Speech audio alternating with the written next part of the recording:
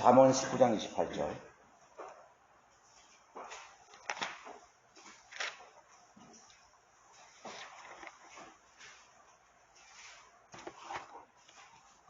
한 절만 보겠습니다.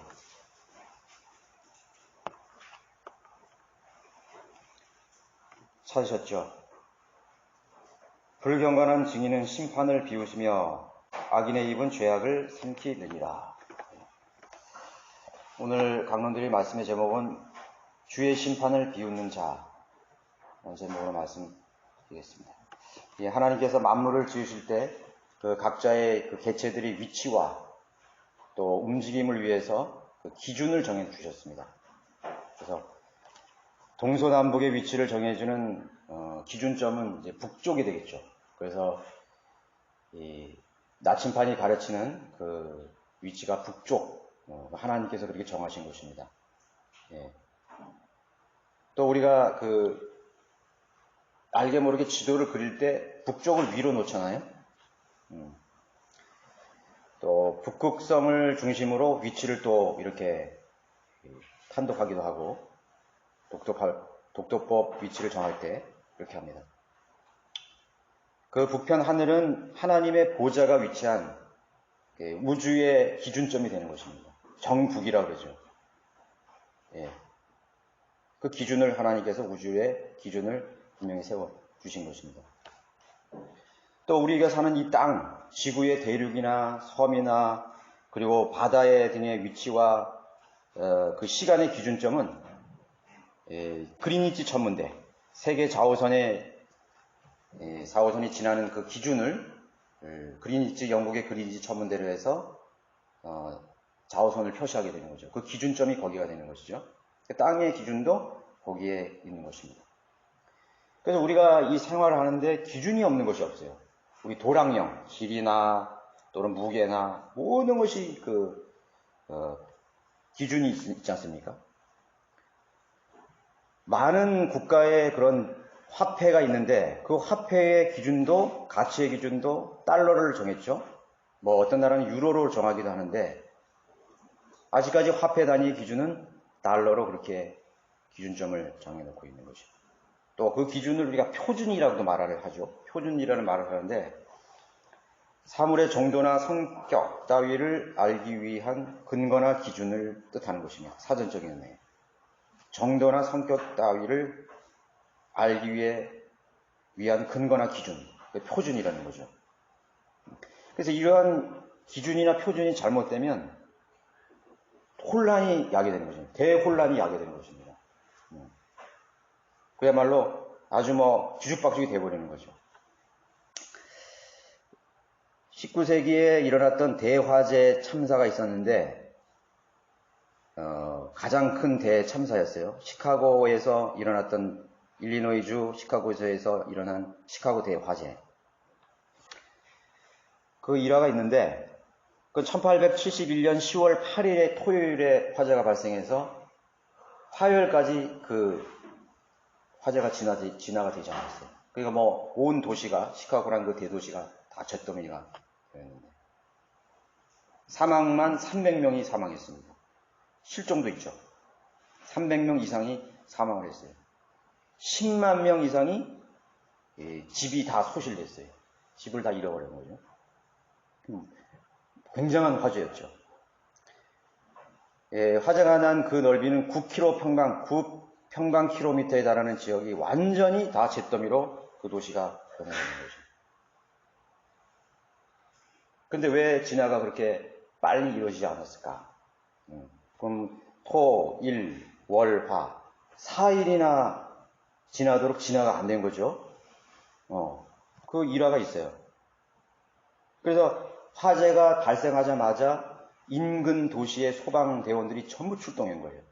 거기에 옆에 있는 조지아주라든가 사막에서 수백 대 소방차들이 동원했는데 불을 끄지 못한 것입니다.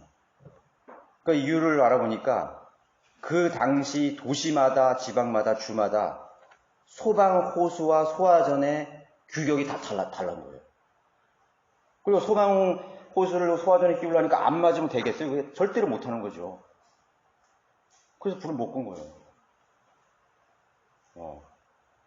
시카고에 있는 소방차들은 대부분 불에 소실되고도 해가지고 그냥 그 불을 잿더미로 변하는 그 광경을 눈뜨고 그냥 바라볼 수밖에 없었던 그런 세기에 남을 대참사가 발견된 것입니다. 기준이 달라버리면 어떻게 되는 것이죠? 대참사가 일어나는 거예요. 대혼란이 일어나는 것입니다. 이것이 생명과 연관되었을 때는 그게 더 심각한 문제가 되는 것이죠. 그래서 그 후에 미국의 모든 주들의 소방시설의 규격을 다 표준화해봤습니다. 표준화했어요. 통일시켜버렸던 것입니다. 자, 이런 기준이나 중심, 표준 개념은 어떤 대상이나 위치를 판단하고 심판하는 기준인 셈인 거죠. 그래서 하나님께서는 우주 만물의 심판주가 되는 것입니다. 우주 만물의 심판주. 예. 그래서 우리가 운동 경기를 할 때 심판이 있잖아요. 그 심판이 있어서 그 심판을 이렇게 그 심판은 그 경기마다의 규칙을 정해서 그 기준을 정해서 그 룰에 적용해서 뭐 반칙이냐 아니면 반칙이 아니냐 뭐 골이냐 아웃이냐 이런 것들을 다 그런 것들을 선언하는 심판주가 되는 것이 하다못해요 전쟁도 마구잡이로 안 합니다. 전쟁도 뭐 서로 죽이고 파괴시키고 막 폭파시키고 막 아수라기 되는 그런 전쟁조차도 룰이 있어요. 그런 제네바 협정이나 협정 같은 걸 통해 가지고 그래서 전쟁을 할 때는 반드시 군복을 입어야 되는 규정이 있습니다. 군복. 그래서 각 나라마다 군복이 다 다르잖아요. 그래서 여러분 전쟁할 때 보면은 독일군은 독일군의 복장하고 모자도 쓰고 미군은 미군 복장 또 일본 군대는 일본 군대 한국 군대는 다 다르잖아요. 그죠? 다 다릅니다. 그런데 만약에 그걸 군복을 바꿔 입거나 아니면 민간인 옷으로 갈아입어서 총을 쏘는 그건 제네바 협정의 위반이에요. 그래서 그것이 종전이 된 후에 전범 재판을 해가지고 그 책임을 묻습니다. 그래서 군복을 입은 사람이 무장한 사람이 민간인 복장한 사람을 비무장한 사람을 총으로 쏘면 그건 살인죄가 되는 거예요. 예. 그래서 이제 일본 같은 경우도 종전이 태평양의 전쟁이 종식된 후에 일본에서 그 메가다 장군이 전범 재판을 해서 심지어는 사형까지 시켰습니다. 그 책임을 물어가지고 그 만행을 지은 저지를 해서. 예. 2차 대전도 마찬가지예요. 히틀러라든가 뭐 게슈타포라든가 그런 걸 끝까지 추적해가지고 그 사람들을 재판정에 세워서 그 죄값을 치르게 했던 것입니다. 그게 뭐예요? 그게 심판이에요. 재판 심판이라는 거예요. 그럼 마구잡이로 한다고 생각하는 전쟁마저도 룰이 있다는 거죠. 기준이 있고 또 심판의 규정이 있다는 것입니다. 자, 그러면 이런 사례들은 무엇을 의미하고 있습니까? 우주 안의 모든 만물들, 이 지상의 모든 민족들의 역사, 우주의 모든 법칙들이 하나님께서 정해주신 그 기준에 의해서 움직여야 된다는 거예요. 그리고 그것대로 움직이지 않았고 그것을 위반했을 때는 하나님의 심판을 받게 된다는 점을 암시하고 있는 것입니다. 전쟁에서 찾아내지 못한 것도 있을 거예요. 알려지지 않는 만행들, 또 심판 몰래 했던 반칙이라든가 그런 거 많이 있을 거 아니에요? 그런 거는 지나갈 수 있어요. 그러나 하나님의 심판은 절대로 피해갈 수 없는 거예요. 절대로 피해갈 수 없어요. 그것을 암시하고 있는 것입니다. 그래서 하나님을 두려워해야 되는 것이에요. 그래서 하나님께서 인간에게 양심을 주신 것이고 최소한의 옳고 그른 것을 판단할 수 있는 이성을 우리에게 다 준 것입니다. 죄를 짓는데 하나님을 몰라도 자기 양심을 주어서 최소한의 선한 삶을 살고 최소한의 죄를 피해서 하나님의 심판을 더 이렇게 덜 받을 수 있게 그렇게 하나님께서 해주신 것입니다. 넣어주신 것입니다. 그래서 우주 만물의 모든 살아있는 것이나 죽은 것이나 움직이는 것이나 모든 것의 기준은 바로 심판하신 하나님께서 허락하신 것입니다. 오늘 여기 이제 그 심판을 비웃는 불경하는 증거에 대해서 언급이 되어 있는데, 그러면 하나님의 심판을 비웃는 자, 하나님의 심판을 무시하는 자들의 모습은 어떤 것인가에 대해서 한번 제가 몇 가지로 나눠보자 하는 것입니다. 첫 번째는 하나님의 심판을 무시하거나 비웃는 자는 자기 자신이 심판자가 되는 것입니다. 자기 자신이 모든 것의 판단자가 되는 것이에요. 즉 모든 기준이 자기 자신의 생각으로부터 나오는 것입니다. 죄의 결과로 인간은 자기 중심적 존재로 변해버렸죠. 자기 중심적 존재로 변하는 것은 내가 중심이야. 내가 모든 상황과 모든 사건과 모든 다른 사람의 행동과 모든 다른 사람의 사고를 판단하는 기준이 되어버린 것입니다. 중심이 되어버렸어요. 다 그렇게 살죠. 하나님의 심판을 비웃는 사람들의 모습인 것입니다. 만물의 영장이란 말이 있죠. 만물의 영장이다. 만물의 영장이란 말이 바로 인간이 모든 만물을 지배하는 최고의 기준이 된단 말이에요. 최고의 표준이 된다는 거예요. 맞는 말 같지만 하나님의 심판을 비웃는 처사인 것입니다. 자, 우리가 우주의 개념도 무엇입니까? 자연인, 이 세상의 기준이 무엇이에요? 천동설이죠. 천동설이라는 게 이 세상에 나온 거예요. 지구를 중심으로 모든 태양을 비롯한 모든 별들이 돈다고 주장하는 거예요. 그게 천동설이에요. 지금도 천동설을 주장하는 사람이 있어요. 태양계의 중심이 태양이 아니라는 거예요. 지구라는 거예요. 그래서 그걸 다 뜯어 고쳐버린 것입니다. 지금 이제 그것이 나왔어요. 사실은 태양이 누구의 모형이죠? 예수 그리스도의 모형이에요. 하나님의 모형이에요. 빛의 의미를 하나님께서 주신 것입니다. 예수 그리스도가 바로 빛이시라고 말씀하셨어요. 그래서 보면 태양계의 중심도 사실은 태양에서 3일 정도 이동한 거리에 중심이 있는데 사실은 태양이 예수 그리스도의 모형으로 준 것이에요. 그래서 그 기준이나 중심은 바로 하나님이라는 것을 이 우주의 만물의 창조를 통해서 알려주신 것이거든요. 지구는 아무것도 아니에요. 근데 지구를 중심으로 하는, 그게 바로 인간이 이 땅이 우주의 중심이다라는 그런 생각에서 나온 것입니다. 성경은 죄인인 인간이 결코 중심이 아니라고 말씀하셨습니다. 표준이 아닌 기준이 될 수 없어요.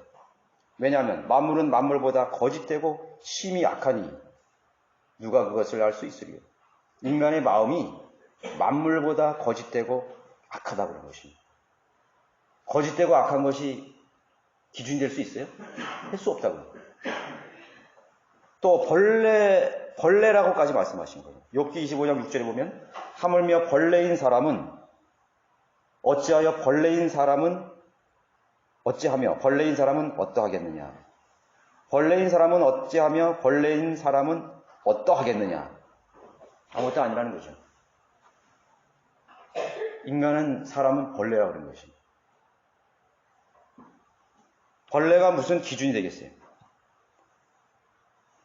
죄인인 인간이 바른 기준과 중심을 잡으려면 성령으로 거듭난 후에 하나님의 모든 진리의 지식을 가지고 있어야 됩니다. 그 진리의 지식만으로 만물과 다른 사람의 행동과 모든 것을 판단하는 그런 기준을 가질 수 있는 것입니다. 심판자가 될 수 있어요. 그제서야 타인을 판단할 수 있는 자격이 주어지는 것입니다. 그럼 그전에는 어떻게 되냐? 다른 사람 판단하면 안 돼요. 그래서 마태복음 7장 1절에도 뭐라고 말씀하셨냐면 판단하지 말라 그랬어요. 왜? 그 사람의 기준이 안 되는 거죠. 판단할 자격이 안 돼요. 그리하면 너희도 판단받지 않을 것이라 하게. 서로 판단하는 거죠. 다 자기가 기준이 돼가지고, 자기 중심이 돼가지고, 내 생각은 저 사람 어떻고, 틀렸고, 맞고, 다 자기가 판단자야. 자기가 심판자야. 그렇기 때문에 예수님께서 판단하지 마. 넌 판단할 자격이 안 되라고 말씀하시는 거예요. 왜? 기준이 없기 때문에. 판단할 자격이 없는 것입니다. 하나님의 심판을 깨닫지 못한 사람은 그 누구도 다른 사람을 판단해서는 안 되는 것입니다. 예. 그럼 판단하면 어떻게 되느냐? 문제가 일어나는 것입니다. 혼란이 일어나고 다툼과 갈등과 반목이 일어나는 것입니다. 싸움밖에 일어나는 게 없어요. 마태복음 7장 2절에도 너희가 판단하는 그 판단으로 너희도 판단받을 것이며, 사람은요, 두세 사람이 모이면 제3자 얘기가 시작됩니다. 반드시 그래요. 그 사람이 없는 자리에서는 반드시 그 없는 사람의 얘기를 하게 돼 있어. 그러면 그 사람도 누군가에 의해서 입에 오르내리는 대상이 되는 거예요. 똑같은 원리로 따지면. 서로 판단하고 서로 비난하고 이렇게 되는 거죠. 그것이 바로 자기 생각과 자기 기준으로 그런 것을 판단하게 된다는 거죠. 누가? 하나님의 심판을 무시해버리면. 하나님만이 우리의 심판자가 된다는 것을 잊어버리게 되면 그렇게 되는 것입니다. 이 기준이라는 게 굉장히 중요해요. 여러분 체육시간이나 군대에 가서 제식훈련하죠. 제식훈련할 때 교관이 뭐랍니까? 기준! 그 기준에 의해서 오와 열이 정해지는 것입니다. 맨 오른쪽 사람이 기준이면 거기에 기준을 맞춰서 오와 열이 정해지는 거예요. 중간에 있는 사람은 그 기준이 중요한 거예요. 모든 것에 기준이 있어요. 그 기준에서 삐뚤어졌냐, 우측으로 좀 기울었냐, 왼쪽으로 틀어졌냐, 그걸 말하는 거죠. 그 기준이 없는 사람이 다른 사람을 판단하는 거죠. 혼란이 하게 되는 것이죠. 그래서 이 중심이나 기준이 삐뚤어지면 모든 것이 다 삐뚤어져 버려요. 여러분 주차할 때 그런 거 많이 느끼죠. 내가 분명히 주차할 때 어떻게 주차하냐면 옆에 차를 기준으로 주차를 합니다. 그런데 옆에 차를 기준으로 딱 주차했는데 내리고 보니까 삐뚤어졌어. 아니면 차선을 걸쳐 있어. 보니까 옆에 차가 삐뚤어져 있는 거야. 그러니까 내가 이 차를 중심으로 맞추려다 보니까 나도 삐뚤어진 거지. 그러면 그 다음 차도 삐뚤어지고 전부 엉망이 되거든요. 그래서 나중에 가면 이 주차장에는 어떻게 된지 아주 전부 다 이런 식으로 다 정상적이 아닌 사람들이죠. 그렇게 돼버리는 거예요. 내가 내려서 보니까 이 차를 중심으로 기준으로 삐뚤어졌어. 그러면 어떻게 해요? 다시 타잖아요. 다시 타서 그 차를 기준으로 하는 것이 아니라 주차선을 기준으로 다시 맞춰서 밖으로 다시 대는 것입니다. 그게 정상적이잖아요. 그게 정상이에요. 자, 그 기준이 달라지면 내가 그 기준점을 잘못 잡아버리면은 우리의 삶도 엉망이 돼버리는 거예요. 그래서 사람이 내 기준이 되는 게 아니에요. 저 사람 말, 저 박사의 말, 저 전문가의 말이 옳다 이거죠. 어떤 사람은 그런 사람들의 권위를 따라가서 그 사람의 기준을 맞춰서 살아가려고 하는 거예요. 뭐 먹는 것도 그래. 뭐 먹으면 좋느니 뭐 나쁘니 막 이렇게 하는 것이에요. 그래 사도행전 같은 경우도 뭐 피채 먹지 말라니 피채 먹어야 되니 뭐 여러 가지가 많잖아요. 어떻게 죽인 거는 먹어야 되고 먹지 말아야 되고. 그 사람마다 그렇게 다 다르거든요. 그게. 음식이든 옷을 입는 것이든 내가 생활하는 것이든 행동하는 것이든 내가 사고하는 모든 것이 누구를 기준으로 했는 것입니다. 심판을 하시는 하나님의 진리의 지식에 우리의 기준점을 삼아야 되는 것입니다. 그렇지 않으면 어떻게 되는 거예요? 엉망이 되고 삐뚤어져 버리게 되는 거죠. 다른 사람도 정확하게 판단할 수 없기 때문에 반목하고 질시하고 원망과 질투가 나오는 것입니다. 그리고 자기 기준을 버려야만 진정한 자아를 볼 수 있는 것이에요. 내가 생각하기에는 이렇게 사는 것이 좋을 것 같았는데 그게 아니었던 거죠. 하나님의 관점과 하나님의 기준으로 나의 삐뚤어진 실체를 볼 수 있게 되는 것입니다. 나의 실체를 볼 수 있게 되는 것입니다. 내가 지금까지 교만했구나. 내가 여기까지 불의하고 거짓되게 살았구나. 내가 정말 자기 중심적인 자기 도취 속에 빠져가지고 내 기준으로 모든 사람을 다 평가하고 그렇게 살았구나. 그런 자신의 실상을 비로소 알게 되는 것입니다. 내가 차에서 내렸더니 내 차가 삐뚤어져 있구나. 비로소 알게 되는 거죠. 두 번째는 하나님께서 지으신 모든 창조 세계를 판단하게 되는 것입니다. 창조세계를 판단하는 거예요. 자, 하나님만이 진선미의 기준이에요. 진선미의 기준이에요. 하나님만이 진리와 선언과 아름다움의 척도적 기준이 되는 것입니다. 이 가치관이 형성되지 않으면요, 우리는 또 혼란에 빠져요. 뭐가 뭔지 모르는 거예요. 거짓된 것에 끌려가고 미혹되기 쉬운 것입니다. 왜? 하나님의 진선미의 기준을 갖지 않았기 때문에 저게 좋게 보이는 거거든요. 저게 참인 것 같거든요. 저게 정말 좋은 것 같거든요. 딸려가는 것입니다.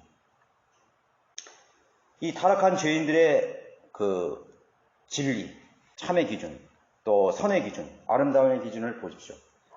하나님의 진선미와 너무도 상반된 개념을 추구하고 있는 것이죠. 이 세상에 이 추구하는 진선미의 기준과 하나님의 심판자로서의 하나님께서 이 만물을 만드신 그런 하나님의 그 기준은 너무나도 상이한 것입니다.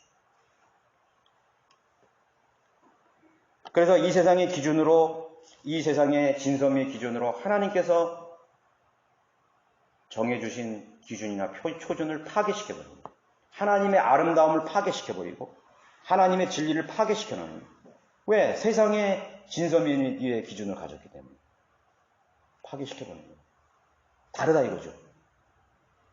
하나님께서 아름답다고 하시고 선하다고 하시고 참이라고 하신 것들을 인간의 진선미의 기준으로 파괴시켜버린 거예요. 주가 말하노라 내 생각은 너희 생각과 다르며 내 길은 너희 길과 다르다고 이사야 55장에서 말씀하고 있습니다. 내 생각은 너희 생각과 다르다. 인간의 생각과 다른 것입니다.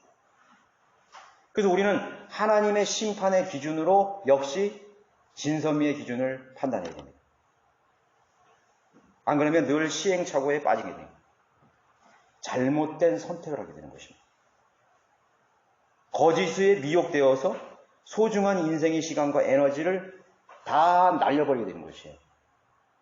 내가 아름답다고 따라간 것이, 그리고 선택한 것들이 전부 거짓되고 헛된 것이 되는 것이에요. 그것이 세상이 주는 가치관입니다. 하나님의 심판에 하나님의 기준으로 보지 못했던 것이죠. 그렇지 않아도 짧은 인생인데 거기에 시간을 다 낭비해버리는 것이죠. 인간은 그렇다고.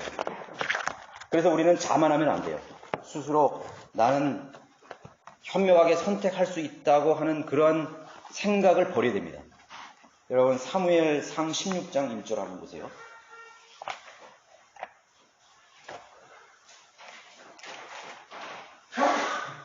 사무엘상 16장 1절.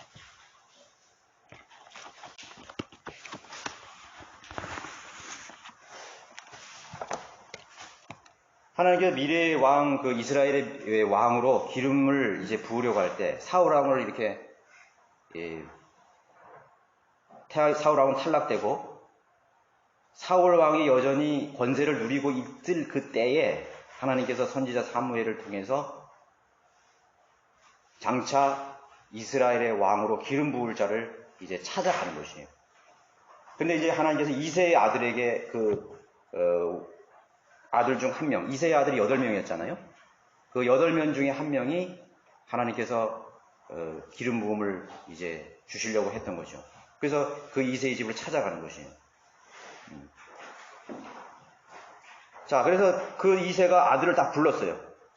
다 불러가지고 아들이 쭉 이제 부르는 장면이죠. 자, 근데 첫째 아들부터 딱 나와요. 네, 첫째 아들부터 이제 나오게 되는데,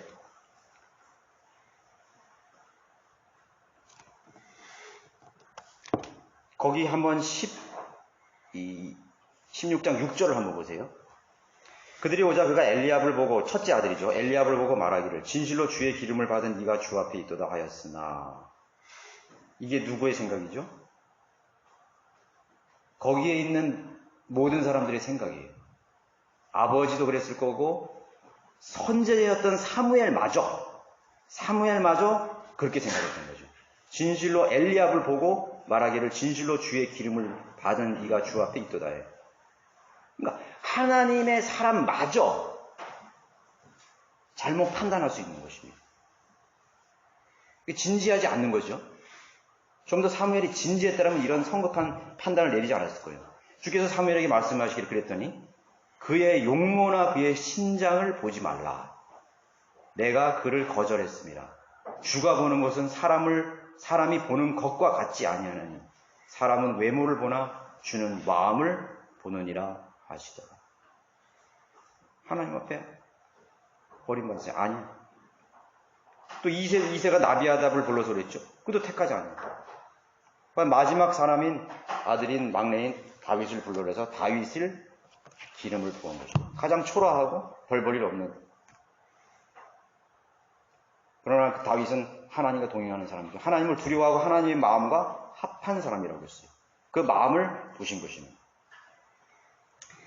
자, 이렇게 우리 이 그리스도인들도 나는 절대로 잘못된 판단을 하지 않아. 나는 현명해. 그렇게 생각하고 우리는 너무나 많은 것들을 판단하고 사는 것입니다. 그러나 우리는 진지해져야 돼요. 기준에 차야 돼요. 사무엘의 관점과 하나님의 관점이 차이가 있었거든요. 그 기준의 차이예요. 아름다움과 진실과 선의 차이예요. 인간은 자기가 보려고 하는 것만 보는 것입니다. 보고 싶어 하는 것만 보는 거예요. 그렇기 때문에 잘못된 거지. 자기의 안에 모든 기준이 이미 있었기 때문에 그 기준에 부합되는 상황이 딱 오면 그걸 덥석 잡아버리는 거예요. 그렇죠? 저 사람은 참 성격이 좋아. 나하고 친구가 될 수 있어. 덥석 잡아버리는 거예요. 저 사람은 믿을 수 있는 사람이야. 사업 파트너가 될 수 있어. 참 신용 좋은 거야. 그거 내 생각이지. 그래서 사업을 해가지고 동업에서 다 말아먹는 거예요. 사람은 자기가 정해놓은 기준 때문에 미혹되는 것입니다. 그 아름다움에 걸리고 그 진실이라고 생각하는 것들에 끌리고 그렇게 돼버리는 거예요. 따라가는 것이에요. 여러분들이 진로를 선정할 때 그렇죠? 저 직장은 돈을 많이 줘. 이미 자기에게 이미 그런 결정을 해버렸어요. 그렇기 때문에 그런 조건이 나타나면 그거를 덥석 물어버리는 거예요. 하나님 생각은 그게 아닌데. 하나님 생각은 그게 아니거든요. 나는 저쪽으로 이사가면 아주 좋을 것 같아. 그러나 하나님과 멀어졌다면 하나님의 생각과 기준에서 벗어난 것이. 그거는 자기의 인생에서 재앙이 오고 고난이 오고 역경을 맞이하게 되는 것입니다. 인생을 탕진해버리는 것입니다. 사람은 외모를 보나 주는 마음을 보느니라고 분명히 말씀하시고 있습니다. 자, 우상 숭배자들의 미의 관점은 뭐예요? 더러운 형상은 그 기준은 더러운 형상이에요. 그 더러운 형상을 그들의 신으로 여기고 그것을 아름다움으로 미의 기준으로 착각하는 것입니다. 아름답다고 생각하는 것입니다. 로마서 1장 23절에도 분명히 얘기했죠. 한번 보세요. 로마서 1장 23절 22절에서부터 해보세요. 그들은 스스로 현명하다고 말하나 우둔하게 되었고 썩지 아니하는 하나님의 영광을 썩어질 사람의 형상과 새들과 네 발 달린 짐승과 기어다니는 것들과 같은 형상으로 바꾸었도다. 바꿔버렸죠. 하나님의 형상이 가장 아름다운데 그런 것들을 썩어질 형상과 모든 곤충과 더러운 가증한 그런 짐승들의 기어다니는 형상으로 바꿔버린 거예요. 왜 바꿨겠어요? 자기의 기준으로 다 바꿔버린 것이. 그게 우상이에요. 그게 다 우상이라고. 그래서 자기가 추구하고 따라가는 게 뭐예요? 그게 우상이에요. 이 세상에 속에 속해 있는 자기가 매료되고 미혹되고 정말 끌려가는 그러한 대상, 그것이 바로 우상인 것이에요. 하나님의 기준을 이탈해버린 것입니다.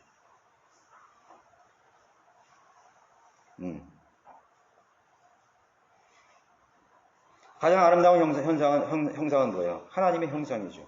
우리가 형제자매들의 모습을 볼 때 무엇을 보는 거죠? 그 사람이 좀 못생길 수 있어. 그 사람이 좀 육신적으로는 좀 약간 흠이 있을 수 있어요. 그러나 그 사람 안에는 새롭게 창조된 새 사람이 있는 거예요. 하나님의 형상이 있다는 거죠. 우리가 거듭났을 때 우리 안에 영이 살아나고 영과 몸과 혼이 온전해진 것이죠. 그러나 자꾸 인간의 모습으로 판단하는 거죠. 세상 사람하고 그리스도인하고 비교를 해요? 우리는 비교할 수 있어. 이거 세상 사람이 더 나아. 어떤 사람은 그런 사람이 있어. 아니요. 그거는 나의 생각, 인간의 생각이에요. 하나님은 구원받은 하나님의 형상을 가진 소유한 그 사람을 하나님 사랑하시는 것입니다. 소중하게 여기시는 거예요. 그래서 그를 영원히 보존하시기 위해서 하나님께서 데려가시는 것입니다. 좀 찌그러지고 못나고 돈도 없고 가문도 별로 없고 용모도 그다지 흠모할 것도 없고, 그런 하나님의 생각은 그거를 존귀하게 여기는 것입니다. 우리가 형제나 자매의 모습을 볼 때 누구의 형상을 보는 거예요? 존귀하신 하나님의 형상을 보는 거예요. 그래서 귀하게 여겨야 돼요. 아무리 초라하게 외모로 초라하고 외형이 초라하고 그의 스펙이 초라하고 그렇다 할지라도 하나님의 형상으로 거듭난 존귀한 그리스도인입니다. 그래서 하나님께서 데려가시는 것입니다. 그러나 이 세상 사람들이 모두 그를 흠모하고 아름답다고 그러고 미스 코리아도 나오고 미스터 코리아도 나오고 CEO고 재벌이고, 하나님 그를 영원한 지옥에 버리시는 것입니다. 하나님 앞에서는 쓰레기처럼 여겨지는 것이에요. 우리가 그 기준을 항상 가지고 있어야 됩니다. 그래서 형제자매들을 소중하게 여기고 귀하게 여겨야 되는 것이에요. 하나님의 아름다운 형상이 있는 거예요. 참 아름답다. 그분의 형상으로 회복된 그리스도인, 그 그리스도인은 거듭나서 하나님의 충만한 형상으로 그리스도의 장성한 분량에까지 계속 자라나야 되는 것입니다. 더 아름다워지고 더 새로워지고 더 참신한 신실한 모습으로 변화되어 가는 것이에요. 아름다운 것입니다. 그래서 교회는 가장 아름다운 진선미를 갖춘 신부로 장차 단장이 될 것입니다. 어린 양의 신부로 단장되는 교회, 그리스도입니다. 자, 우리가 여자나 남자를 판단하는 기준이 무엇이요? 여인의 아름다움은 어디에 있는 것입니까? 여인의 향기는 어디 있습니까? 남자의 향기는 어디 있습니까? 네. 그것을 공감할 때 우리는 성령 안에 사는 그리스도인의 증거가 되는 것입니다. 잠언서 11장 30절에 이렇게 말하고 있습니다. 호의도 거짓되고 아름다움도 헛되나 주를 두려워하는 여인은 칭찬을 받으리라. 잠언서 31장은 아름다운 여인의 모습을 거기에 기록하고 있습니다. 럭한 목사님 그렇게 그거죠. 나는 잠언 38장에 기록된 그대로의 아내를 얻었다. 럭한 목사님 너무 행복해 하시는 거예요. 여러분 집에 가셔서 잠언 30장 읽어보세요. 진정한 자매의 아름다움은 어디 있는가?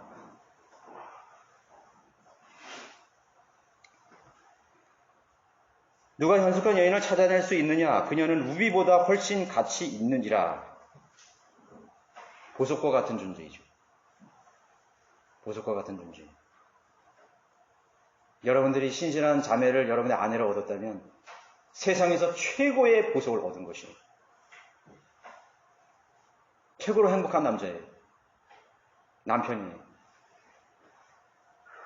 그렇지 못했다면 여러분 그것을 위해서 기도하시기 바랍니다. 바꿔 말해서 자매들도 마찬가지입니다. 베드로전서 2장 8절에서는 기도하는 남자가 아름답다고 했습니다. 손을 들고 기도하는 남자가 아름답다고 했어요. 여러분들은 남편이 기도하는 남편이 되기를 기도해야 되는 것이에요. 결혼하지 않는 형제들도 청년들도 자매들도 특히 가장이 될 남자들은 기도하는 사람이 되야 되는 거예요. 기도하는 사람. 저 사람이 기도하는 사람이냐, 하나님을 두려워하는 사람이냐, 하나님과 교제하는 사람인가를 살펴봐야 되고요. 그게 아름다운 것이에요. 기도하는 형제, 가장 아름다운 사람이에요. 겸손하게 무릎 꿇을 줄 알고, 하나님을 두려워할 줄 알고, 하나님을 할 때 물을 줄 아는 그 사람이, 그 형제가 가장 아름다운 하나님 형상을 가진 사람이에요. 그게 미의 기준이에요. 세상의 자연이나 죄인이 그런 걸 찾아볼 수 있어요? 외모를 꾸미고, 그럴싸한 언변을 가지고 있고, 좋은 스펙도 가지고 있고, 좋은 육체도 가지고 있고, 용모도 그럴싸하고? 아니죠. 하나님의 기준이 아니죠. 디도서 2장 2절에는 신중하고 근엄하며 절제하고 믿음과 사랑과 인내함을 함에 건전한 은을 가진 건전한 남자. 하나님의 관점에서 진정한 남자의 향기를 맡을 수 있다고 말하고 있습니다. 이 세상의 선이나 미는 오히려 죄인들을 더욱 부패시키고 그리스도인들마저 그 가치 기준을 상실하게 만드는 것입니다. 그래서 쫓아가서는 안 돼요. 여러분들의 그러한 이 세상 만물, 사람이든 어떤 사건이든 현상이든 물건이든 어떤 것을 여러분들이 보면서 나의 그런 기준은 어디에 있는가를 알아야 돼요. 그리고 하나님의 안정과 기준을 다시 회복할 수 있어야 되는 것입니다. 자, 세 번째는 진리의 지식인 성경마저 판단해 버리기에 버리고 마는 것입니다. 하나님의 심판을 비웃는 사람들은 성경마저 판단해 버리고 하나님의 말씀들마저 판단해 버리는 것입니다. 하나님 말씀을 법이라고 하셨죠? 법이라고 하셨습니다. 법은 절대로 변경되거나 바꿀 수 없는 것이 법이에요. 그것이 교리입니다. 교리. 주의 교리. 성경적 교리. 우리가 구원의 법을 바꿀 수 없잖아요.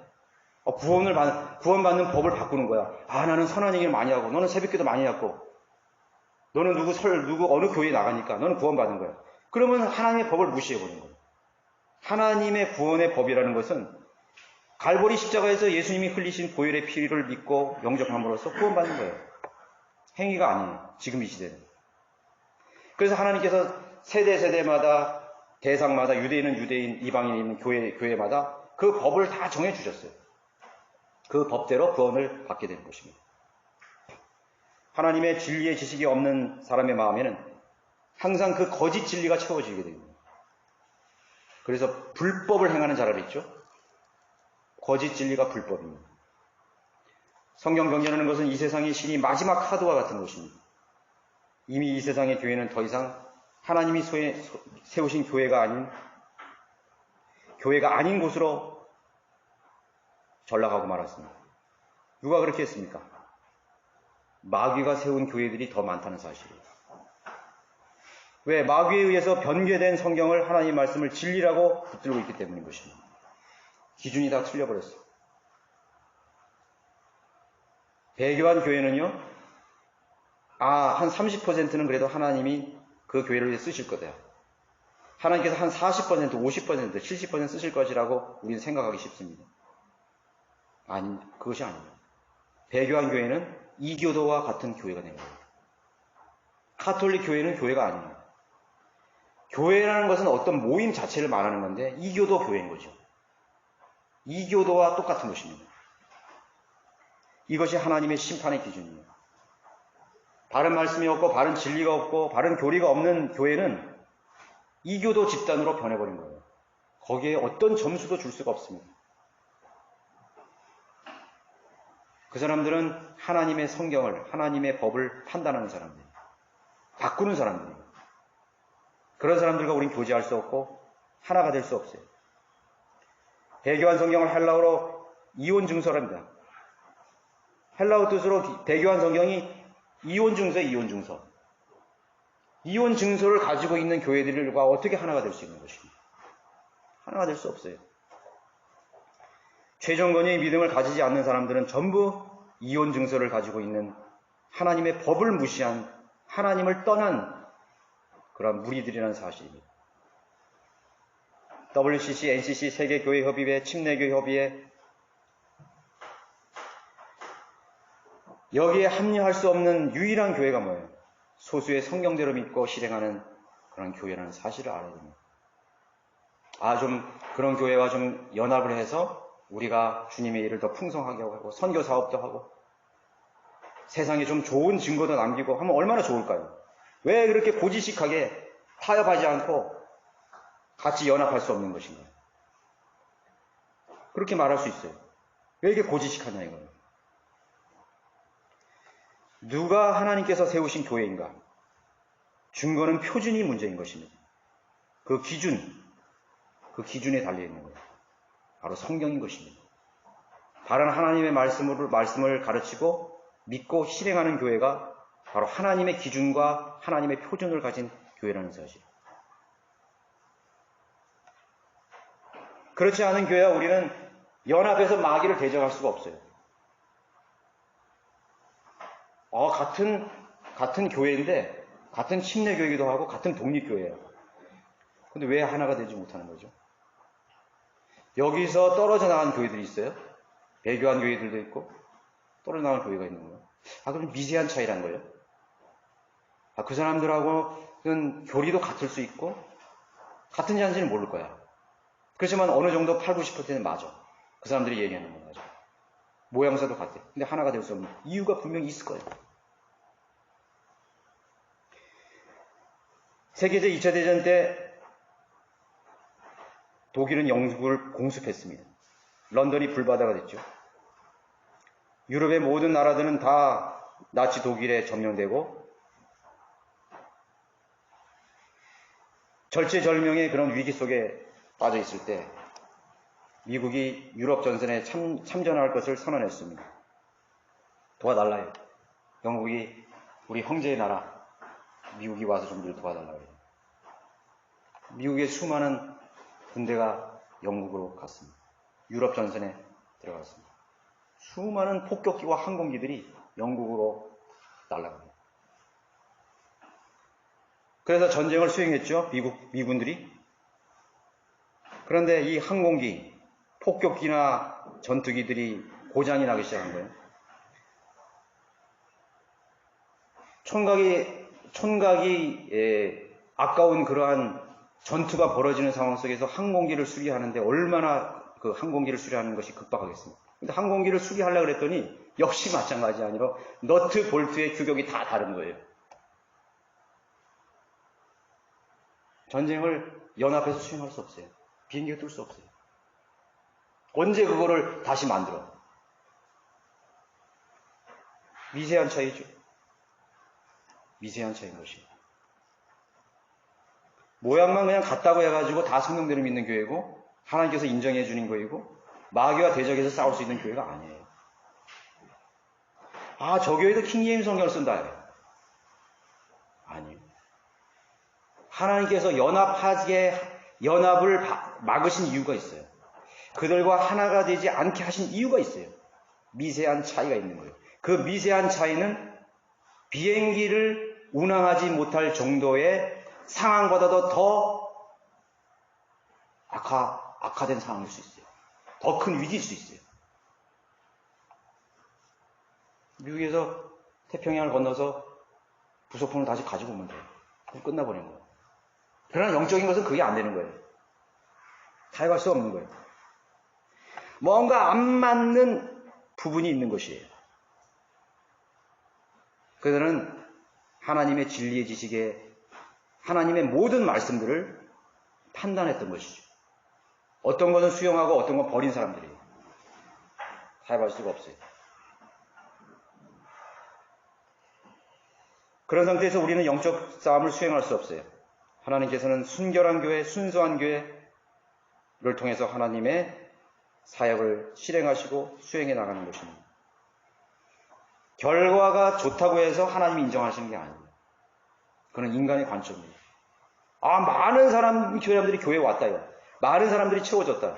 많은 어떤 눈에 보이는 숫자적인 열매가 있다. 그래서 하나님이 쓰신다? No. 성경을 아무리 읽어봐도 그것은 없어요. 그랬더니 예수님이 그렇게 승천하지 않았을 거예요. 12명만 날리고 그렇게 승천하시지 않았을 거예요. 대부흥 집회를 여시고 하나님께서 병민다도 고쳐지고 얼마나 많은 구름대들이 몰려왔어요. 5,000명, 4,000명 얼마나 많이 몰려왔어요. 하나님이 좀 멋지게 승천하시기 전에 부활하셔가지고 대대적인 홍보를 하셔서 수많은 교회를, 예루살렘 교회를 부흥시킨 후에 멋지게 스타처럼 승천하셨을 거예요. 하나님 그러신 하나님 아닙니다. 하나님의 방법으로 하나님의 일을 하시는 것입니다. 그것을 알아야 돼요. 자, 결론적으로 우리는 하나님의 심판의 기준이 무엇인지에 대한 지식을 반드시 가지고 있어야 됩니다. 그래서 구원받은 사람은 진리의 지식에 이르라고 말씀하시는 것입니다. 그 진리의 지식을 내 삶 가운데, 그리스도인의 생애 가운데 적용하고 실천을 해야 돼요. 실천하지 않는 모든 지식은 전부 죽은 지식이에요. 복음 실천하지 않으면 죽은 지식이야. 복음 전파, 구령, 경배, 하나님 말씀을 공부하고 묵상하고 진리의 지식을 쌓는 거, 실행하지 않는 건 모든 무생이에요. 사랑, 아무리 사랑을 얘기해봐요. 사랑을 하질 않아, 자기가. 사랑을 실천하질 않아요. 그럼 그 사랑에 대한 지식이 나에게는 다 무용지물이 되어버린 거예요. 온유와 절제와 희락과 여러분 그것을 삶에 적용이 되는 것입니다. 그것이 여러분 실생활에 드러나야 되는 것입니다. 그러면 죽은 지식이 되는 거예요. 세속화되고 육신화되는 것이 하나님의 심판의 기준을 잃어버린 증거가 되는 것입니다. 여러분 몸의 균형을 잃으면 어떻게 되는 거예요? 자세가 삐뚤어지죠? 이 틀어져 버리는 거예요. 삐뚤어지게 되는 거예요. 그럼 몸만 삐뚤어진 게 아니라 걸음도 삐뚤어지고 옆으로 실족되는 거죠. 올바로 걸을 수가 없는 것입니다. 몸의 균형을 잡아주는 청각, 반고리관이나 정전기관에 문제가 생기면은 어지러워지게 하는 거예요. 저도 이 반고리관의 점에 한번 수평을 잡아주는 뭐 돌 같은 것이 하나 빠져나와가지고 몇 년 전에 계속 어지러워가지고 막 구토도 나오고 병원에 가서 CT도 찍어봤어요. 아무 이상이 없는 거예요. 도대체 왜 그런 것인가? 그러니까 나중에 누군가 그런 경험을 한 사람이 이비인후과에 가서 여기 반고리관에 이렇게 내가 숙일 때 조종사들이 많이 그런 현상이 벌어진대요. 이게 막 거꾸로 막 트위스트 막 하면 반고리관에 있는 그 수평을 잡아는 돌 같은 것이 이렇게 빠져나오면 그렇게 된대요. 비행 착각해서 막 추락하기도 한대. 그렇게 된 거죠. 그래서 그거를 한 3, 40분에 그거를 회복을 시킨 거예요. 그랬더니 그 다음부터는 그런 증상이 없어진 것이죠. 미세한 차이죠. 자, 우리 몸의 균형을 잡아주는 그런 청각근에 하나라도 문제가 생기면 우리는 생활이 어려워지는 것이 서지 못하는 것입니다. 자, 영적으로 여러분들이 혼란 속에 있고 무지 속에 있고 바른 판단이 서지 않는다면 여러분 그것을 찾고 회복시켜야 됩니다. 우리의 그리스도인의 삶의 행복의 기준이 무엇입니까? 여러분들의 행복과 만족의 기준이 무엇이죠? 여러분의 인생의 가치관의 기준은 무엇이죠? 수많은 삶의 기준을 두고 여러분 살아가는데 그것의 기준과 표준이 어디에 있습니까? 하나님의 말씀과 모든 것을 심판하시는 하나님의 생각과 하나님의 기준을 여러분들이 가지고 있어야 되는 것입니다. 그렇지 않으면 여러분들은 간접적으로 하나님의 심판을 비웃는 사람이 되어버리는 거예요. 비웃어. 하나님 말씀 비웃어. 나는 나대로 살 거야. 하나님의 생각을 벌어버리는 거죠. 여러분은 하나님의 그리스도의 심판석 앞에 하나님의 심판 앞에 서게 될 것입니다. 어느 날 우리 모두는 그 하나님의 심판의 기준으로 판단받게 될 것입니다.